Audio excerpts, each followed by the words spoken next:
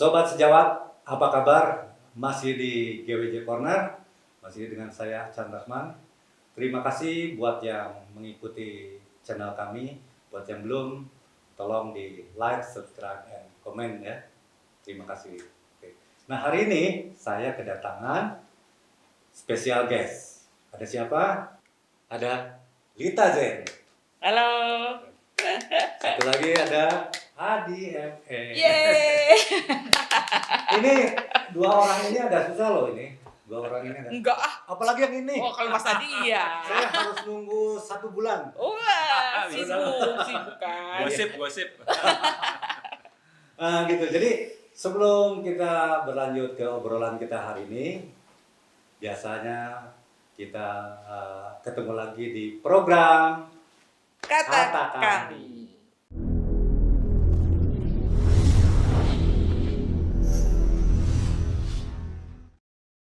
Sobat, kata kami, artinya apapun yang kita bicarakan di sini itu adalah pendapat kami. Apabila di luar sana ada yang berbeda pendapat, silakan, itu hak masing-masing selama kita masih bisa saling menghargai. Yeah. Oke, itu ya. Betul. Kurang lebih ya. Setuju. Kita mulai ngobrol ke pertanyaan yang hubungannya sama GWJ dulu nih. Nah, dulu kan Lita masih GWJ ya? iya dong, Dulu sampai GWJ. sekarang juga Masih masih. ya? Bapak ini juga ada loh. Walaupun kurang aktif ya. Walaupun Masih. munculnya nggak tahu setahun sekali. Iya. Tapi kita tetap berdoa untuk GWC. Doanya tetap dikirim. Kenapa coba semua orang begitu saya itu, iya gue diajak. Jadi sebetulnya gini, kalau tarik mundur ya, sebelum almarhum tuh, Iya.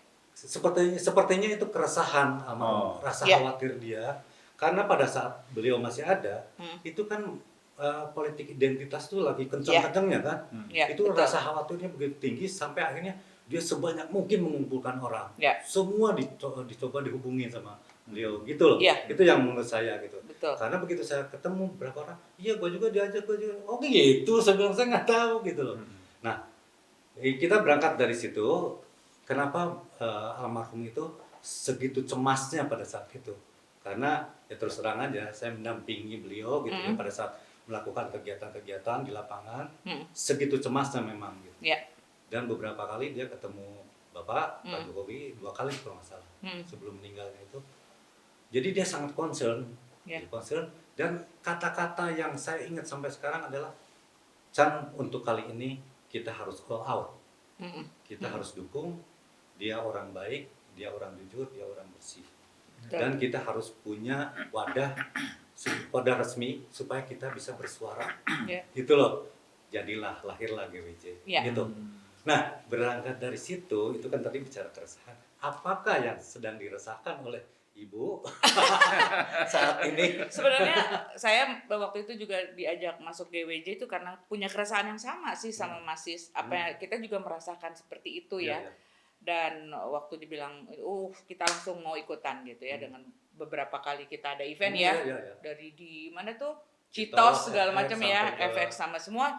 PRJ. Sampai bikin deklarasinya juga sempat ikut juga gitu. Keresahannya sama sih. Ya, melihat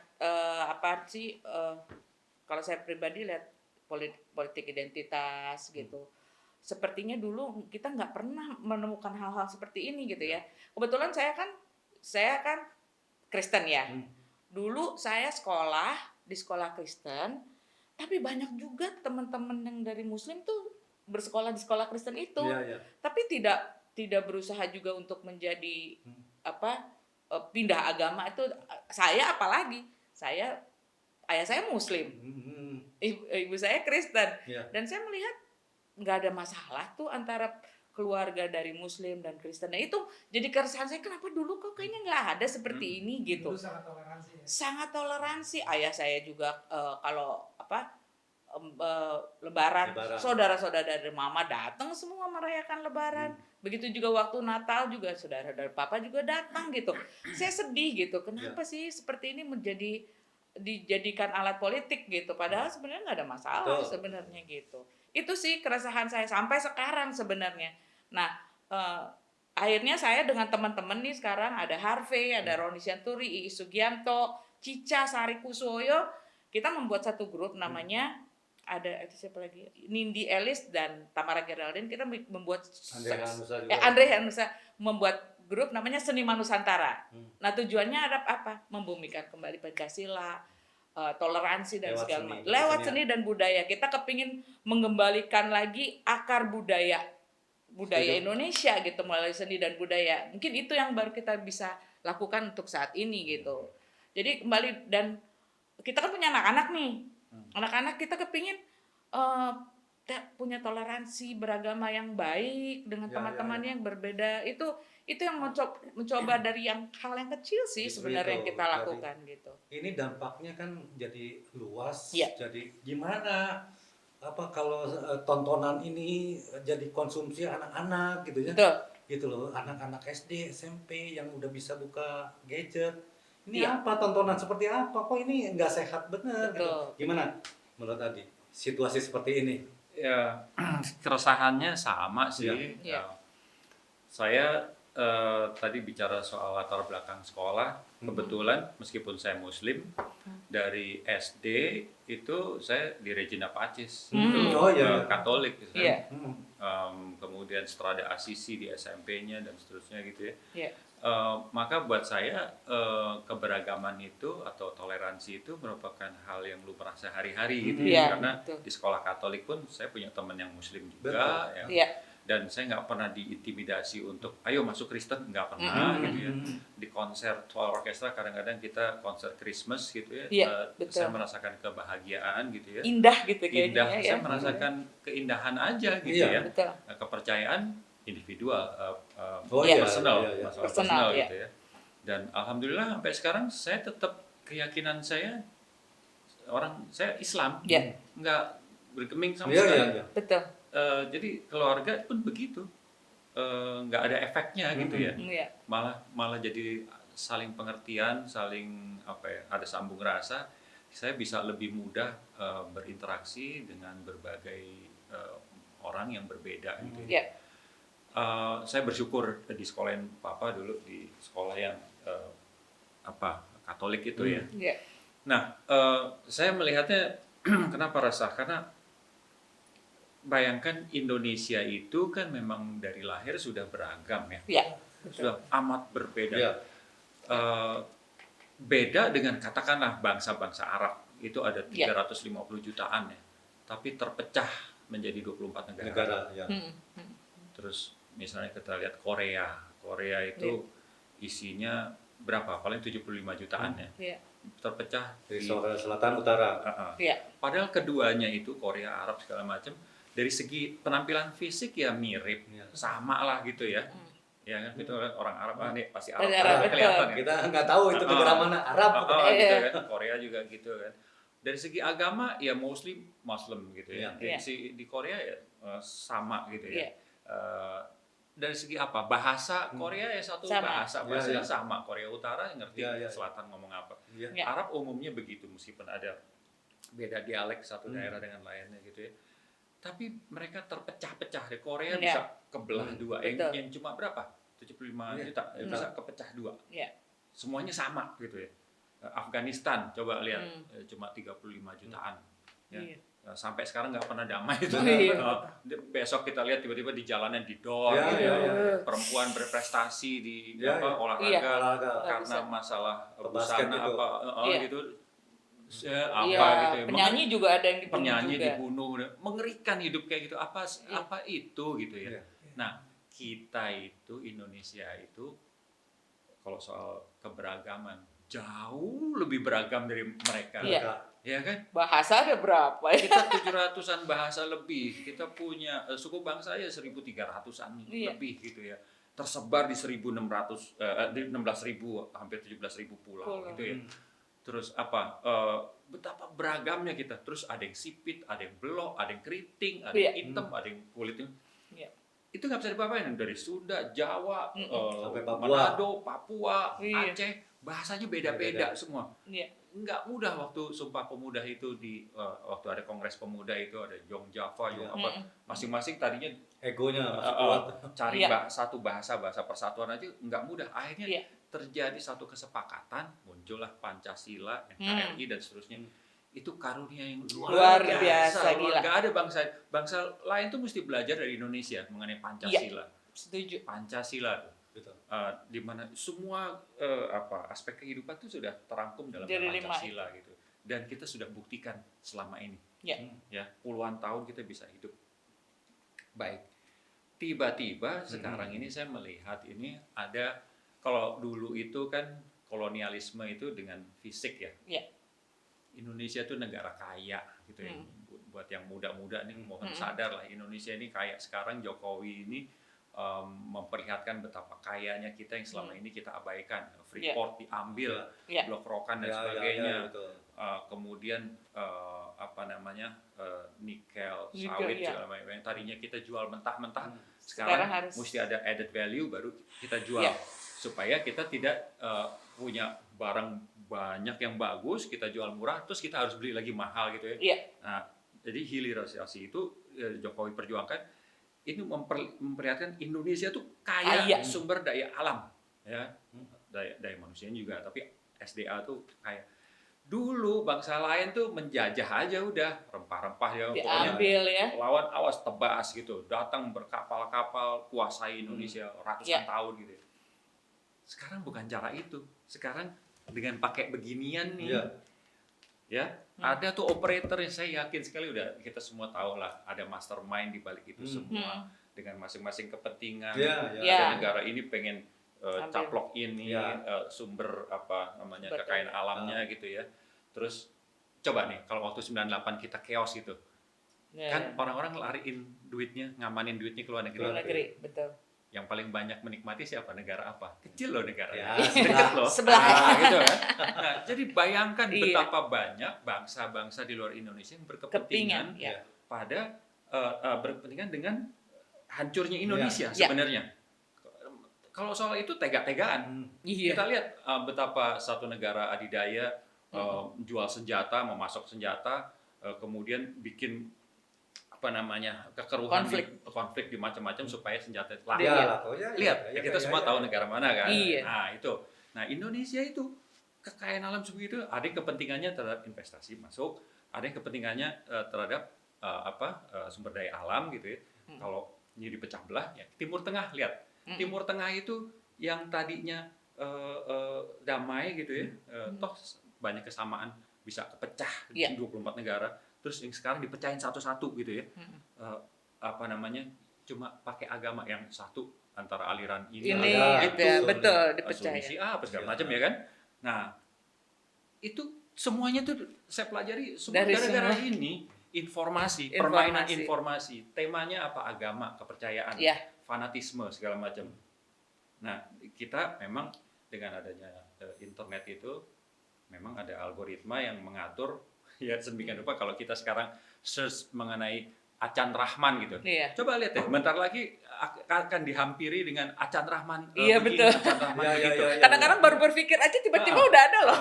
Jadi kalau kita fanatik terhadap satu agama atau satu aliran, secepat itu pula kita akan dibanjiri. Jadi kita langsung merasa benar. Si ini langsung fanatik, polarisasi. Betul. Ini yang dimainkan. Nah, jadi keresahan saya memang mengenai bagaimana Indonesia yang amat beragam ini yang sudah terbukti bisa bertahan dengan Pancasilanya, ini sedang terus-menerus dirongrong dengan isu agama. kita dibuat bertengkar antara sesama Sesama, agama ya. Muslim aja bisa bertengkar gitu ya. Betul. Sesama loh. Iya. Belum nanti yang dengan lain Suku agama segala macam. suku dan sekitar suku. Belum dari suku gitu Iya. ya. Antara kemarin kan dimainkan tuh. Iya. Suku tertentu sama Iya, Islam, iya. ya kan? Hampir Betul. pecah tuh. Itu permainan itu. Jadi kita moga-moga sadar. Ya. Jangan mau jadi korban permainan kotor itu gitu. Ya. Kita Ya, harus tetap mempertahankan persatuan. Setuju. Banget. Jadi kita rehat dulu. Siap. Kita rehat dulu. Udah panjang. Minum dulu lah ya. Udah mulai panas. Mulai ya kan? panas. Jadi kita istirahat dulu, nanti kita lanjut. Oke.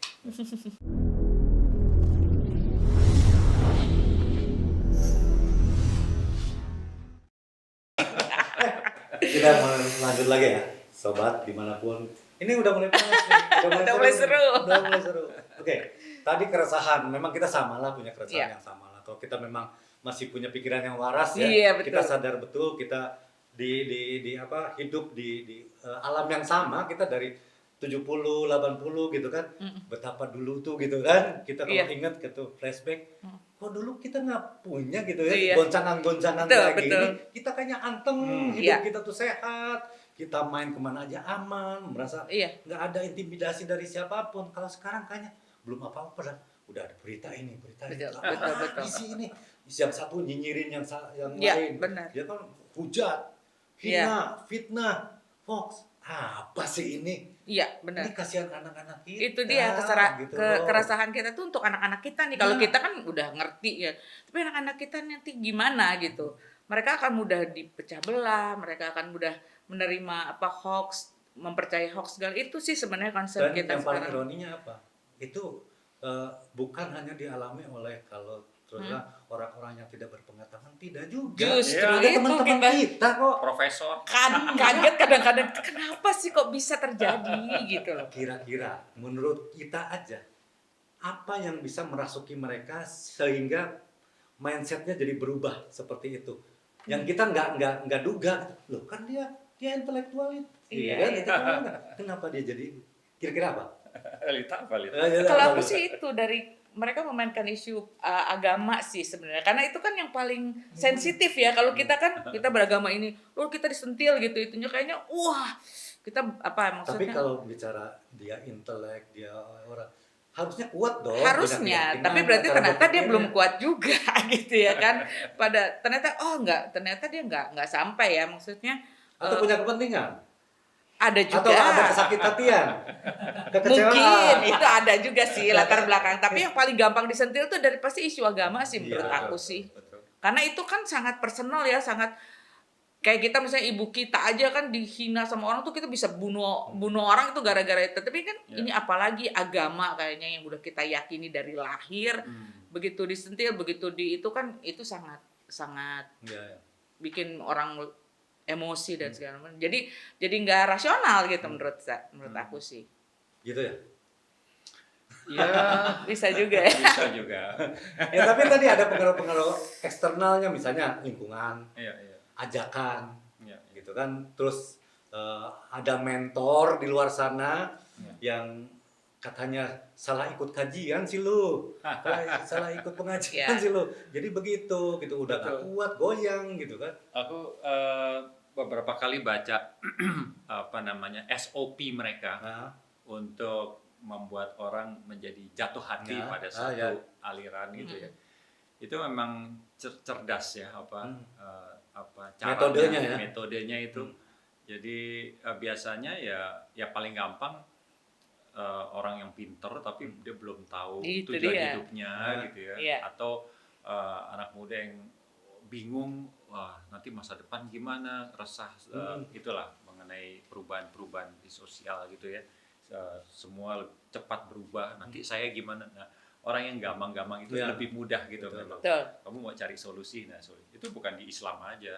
Iya, Di, dia. semua agama ada betul. tuh yang apa istilahnya ekstrim gitu ya. Ekstrim, betul. Radikal. Radikal. Gitu, ada gitu ya. Dan memang kalau saya kadang-kadang bingung ya, kenapa orang demikian mudah Terpengaruh ya. dipermainkan oleh isu agama gitu, seperti Lita bilang tadi ya. Tapi memang itu paling seksi sekarang, dan tahun 2024 nanti saya Itu yakin lagi, itu pasti. dipakai karena pernah terbukti itu Iya. ampuh. Berhasil. Meskipun hasilnya kita lihat Ya. kita Ya udah sampai situ aja. stop. Nggak usah diterusin. Bahwasanya urusan kepercayaan, keimanan, keyakinan itu sebenarnya urusan individual. Iya. Harusnya ya kita dengan yang maha kuasa lah gitu ya. Urusan sesama manusia beda. Kalau kita bilang Hablum nanas Iya. gitu ya, itu jangan dicampur adukan gitu ya. Memang ada hubungannya tapi nggak selamanya bisa dicampur adukan. Misalnya untuk mengelola satu negara gitu, ini ada orang hablum minallah, wow dia sangat yakin, sangat beriman, sangat dia hafal semua kitab apa segala macam, tahu pokoknya semua agama lah gitu ya. Iya, betul. Begitu. Tapi dia nggak punya know-how bagaimana mengelola keuangan, mengelola manajerial, masalah manajerial gitu ya. Apalagi nggak ada karisma sama sekali untuk ya. mengaruhin orang, memimpin orang gitu ya. Dia disuruh mimpin gitu ya. Coba bedakan dengan satu orang yang wah dia biasa memegang korporasi, aktif di organisasi sosial, macam-macam gitu, dia udah punya pengalaman banyak di organisasi, mempunyai pengalaman berorganisasi, kemudian juga dia punya pengetahuan, nggak gampang dibohongin gitu, laporan keuangan dia biasa baca soal keuangan dan sebagainya. Itu dua tuh kalau disuruh mengelola satu negara gitu ya itu pasti beda. Yang satunya kita serahkan pada yang biasa gitu ya. Ya kan, yang kita berdoa aja gitu ya. Bisa begitu ya kan? Kayaknya nggak asing deh. Barusan tuh kita berdoa aja. Apalagi masalah hujan ya. Solusinya apa? Orang kan nanya, solusinya apa? Ya kita berdoa. Yang penting keimanan masih itu bagus, harus bagus. Betul. Tapi nggak cukup hanya berdoa. Di lapangan orang butuh solusi konkret kan, yang praktikal gitu, konkret praktikal gitu. Apa? Jadi apa? Tahapannya apa? Bikin SOP apa segala macam. Terus bikin pasukannya kayak gimana itu kan teknis gitu. Harus dijabarkan secara teknis, bukan mengawang-awang gitu ya.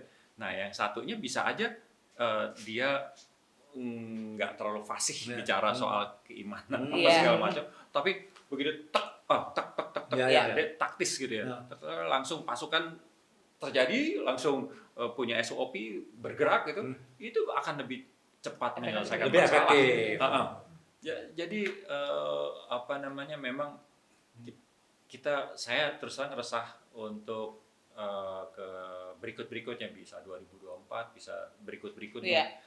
Kalau terbukti agama itu bisa dipermainkan sedemikian mudah untuk memperoleh kekuasaan, itu bahayanya luar biasa gitu. Cepat atau lambat itu bisa sampai ke titik yang fatal gitu, yang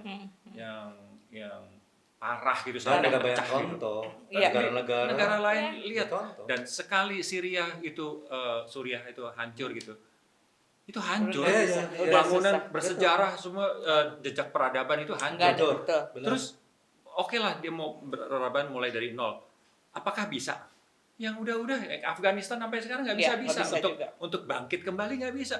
Udah semua kabur ke sana, mau kabur selamat atau menetap sewaktu-waktu nyawa Anda selesai gitu ya.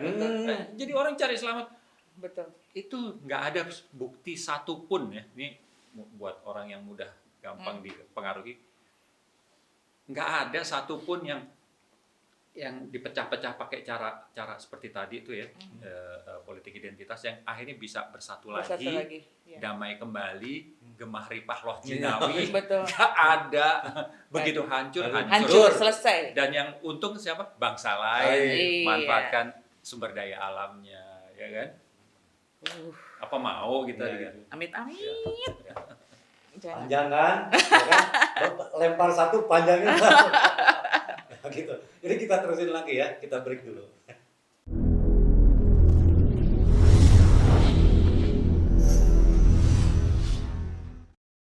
Oke sobat, kita lanjut lagi ya.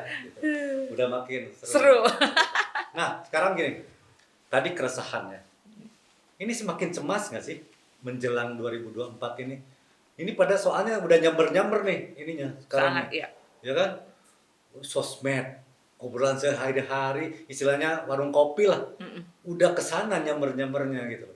Gila, ini padahal masih 3 tahun lagi loh. Iya, betul. Tapi masih dari sekarang udah ke arah sana omongannya semuanya. Terus tadi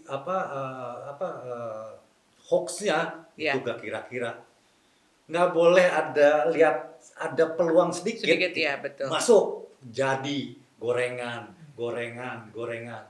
Yang dicemasin apa kalau saya nih? Ini anak-anak milenial sekarang, mereka tuh punya aware nggak sih gitu terhadap hal-hal seperti Takutnya itu? jadi apatis ya. Jangan-jangan mereka bukan urusan gue main ini aja deh. Gue lagi asik dengan ini, gitu kan? Gitu. Passion gue di sini itu bukan urusan. Jadi nggak peduli. Padahal hak suaranya sama loh. Apalagi mau kan yang cuek yang enggak tetap aja satu suara. Itu ngeri kalau yang cuek-cuek itu asal coblos. Mau jadi apa negara ini? Siapa nanti yang terpilih? Sesuai nggak gitu kan? Itu dia. Gitu loh. Bener nggak?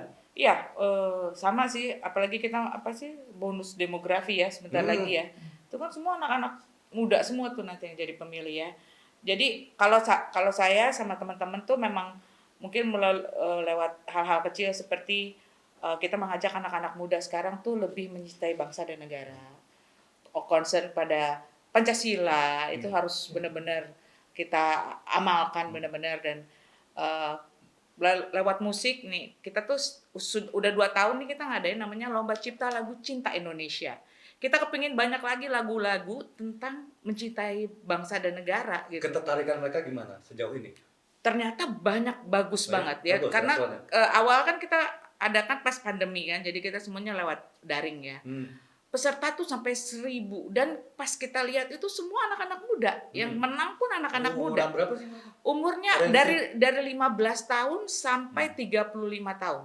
Itu banyak sekali kita senang ya. Ada harapan nih ternyata gitu. Lewat musik kita ajak mereka terus lebih mengenal bangsa, kebudayaan Indonesia asli. Kemudian lebih mencintai bangsa dan negara. Awalnya tuh kita pakai puisinya Bung Karno, Aku Melihat Indonesia. Jadi kita kasih tema lagu itu, tema puisi itu jadi lagu dan luar biasa. Kreativitasnya bagus-bagus. Waktu itu pemenang pertamanya tuh dari Maluku, dari Ambon. Ada dari Kalimantan, malah Jakarta waktu itu nggak ada pemenang awal dari 5 ini. Lalu yang kedua dari Papua, dari Bandung, ternyata banyak banget. Dari situ kita ngelihat ada secerca harapan nih untuk anak-anak muda. Ya itu yang kita lakukan terus. Insya Allah tiap tahun terus mengadakan seperti itu. Paling nggak membuat anak-anak muda itu minat untuk menciptakan lagu tentang kebangsaan, kebanggaan mereka. Penghormatan mereka terhadap bangsa dan negara, tentang toleransi beragama itu terus kita bangun. Mungkin itu yang baru kita bisa lakukan sebagai penyanyi atau musisi gitu.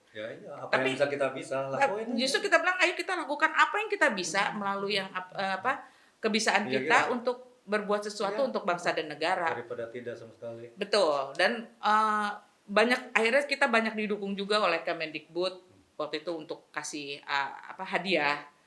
Kita juga nggak mau kasih hadiah yang abal-abal lah gitu. Kita mau menghargai para pencipta.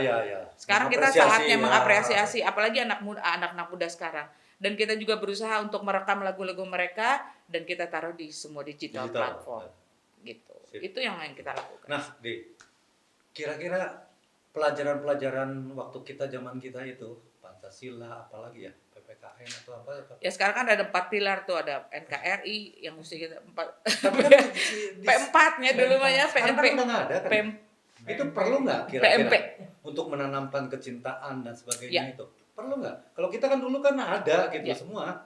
Itu kan sekarang hilang. Apakah itu pengaruh terhadap anak-anak sekarang kehilangan itu?